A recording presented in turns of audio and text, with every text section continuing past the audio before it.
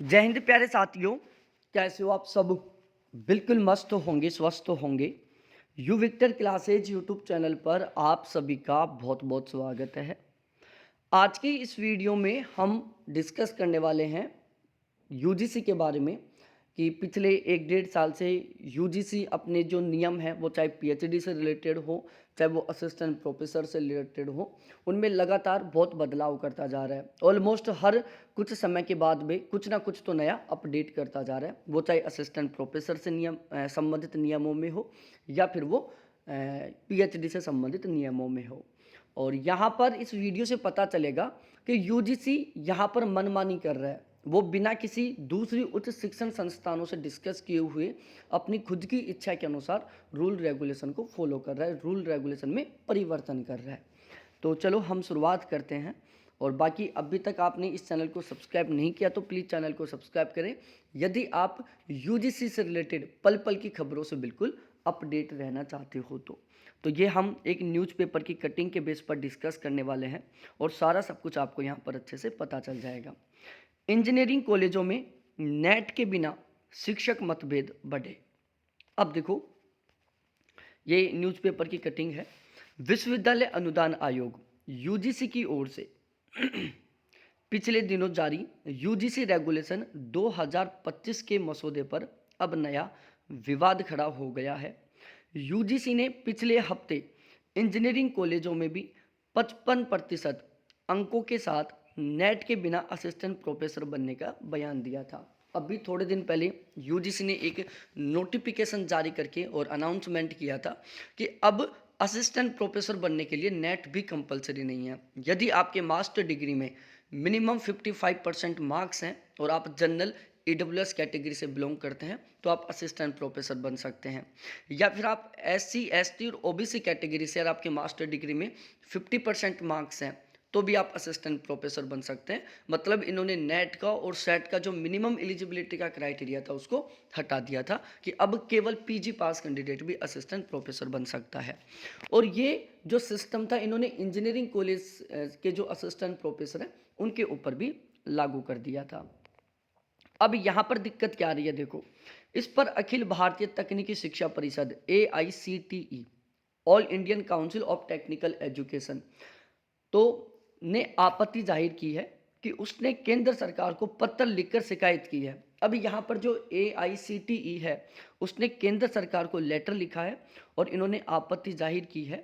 और इसमें AICTE विनियमित संस्थान से संबंधित यूजीसी की घोषणाओं पर बिना उससे परामर्श किए बयान देने पर नाराजगी जाहिर की गई है। इसमें AICTE ने कहा है कि यूजीसी ने AICTE मतलब जितने भी तकनीकी शिक्षण संस्थान हैं वो सारे के सारे AICTE के अंडर आते हैं।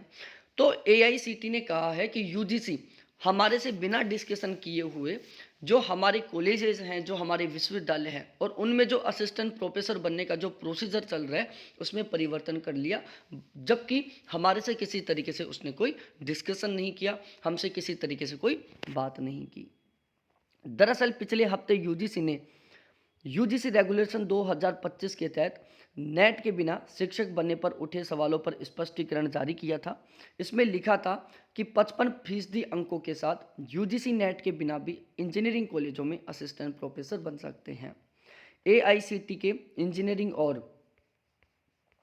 प्रौद्योगिकी विषय के लिए शिक्षक भर्ती के ये नियम व शर्त, इसी पर AICTE ने केंद्र के समक्ष आपत्ति दर्ज कराई थी।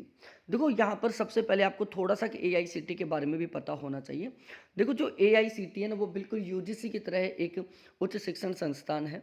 जो AICTE है वो क्या काम करता है कि भारत के जितने भी इंजीनियरिंग कॉलेज हैं, चाहे वो विश्वविद्यालय, चाहे वो कॉलेज हो, चाहे वो किसी भी तरीके से एफिलिएट कॉलेज वगैरह हो, उन सभी के प्रोसीजरों को ध्यान रखती है। जितने भी तकनीकी संस्थान हैं, जितने भी इंजीनियरिंग कॉलेज हैं, उनमें चाहे वो असिस्टेंट प्रोफेसर बनने का प्रोसेस हो, चाहे वहाँ पर PhD करवाने का प्रोसीजर हो, मतलब इन यूनिवर्सिटियों से रिलेटेड जितने भी नियम हैं, कानून कायदे हैं, वो कौन बनाता है? AICTE बनाता है। और उनको प्रॉपर वे में लागू करने का काम कौन करता है? यूजीसी लागू करता है। अब यहाँ पर सिस्टम क्या बना हुआ है कि यदि किसी भी तरीके के इंजीनियरिंग कॉलेज से संबंधित किसी भी नियम में यदि कोई बदलाव होता है तो उसमें AICTE से जरूर डिस्कशन करना पड़ेगा। यदि AICTE सहमति देता है तो ही उन नियमों में किसी तरीके से बदलाव किया जाएगा। यदि एआईसीटी उस बात से एग्री नहीं होता है, मना कर देता है, तो किसी भी हाल में उस नियमों को लागू नहीं किया जाएगा।